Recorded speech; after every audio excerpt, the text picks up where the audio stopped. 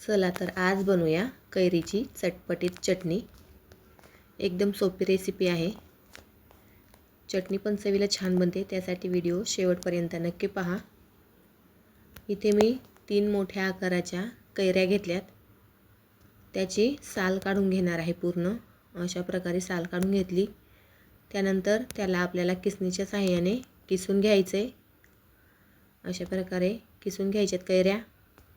त्यानंतर आपण याचा मसाला बनवून घेऊया पहा। त्यासाठी मी घेतली इथं मोहरी, जिरे, बडीशोप आणि धने घेतलेत। हे सर्व मी समप्रमाणामध्ये घेतलेलं आहे। याला आपल्याला चांगलं भाजून घ्यायचे। अशा प्रकारे सतत मिक्स करत राहायचे पहा। या मसाल्यामुळे आपल्या चटणीला फार छान टेस्ट येते। एकदा नक्की बनवून पहा। आपले मसाला भाजून झालेला आहे पहा। आता याला आपल्याला थंड झाल्यानंतर मिक्सरच्या भांड्यात बारीक करून घ्यायचं आहे। याची पेस्ट बनवून घ्यायची आहे। अशा प्रकारे पेस्ट बनवून घेतलेली आहे। आता ही पेस्ट आपण याच्यामध्ये घालूया। त्यानंतर घालायचे लाल तिखट। आपल्याला ज्या प्रमाणात तिखट बनवायची चटणी त्या प्रमाणात आपल्याला लाल तिखट वापरायचं आहे।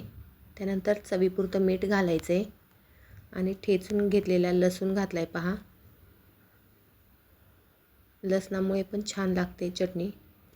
आता इथे मी तेल चांगलं कडकडीत गरम केलं होतं, त्याचा तडका दिलाय पहा। हे चांगलं व्यवस्थित मिक्स करून घ्यायचे सर्व। अशा प्रकारे चांगलं मिक्स करून घ्यायचे। ही चटणी चवीला फार सुंदर लागते। एकदा नक्की बनवून पहा। किती छान कलर आलाय आपल्या चटणीला, तुम्ही पाहू शकता। एकदा नक्की बनवून पहा। कशी वाटली रेसिपी कमेंटमध्ये नक्की सांगा। व्हिडिओ आवडला असल्यास लाईक करा, चॅनलला सबस्क्राईब करा। धन्यवाद।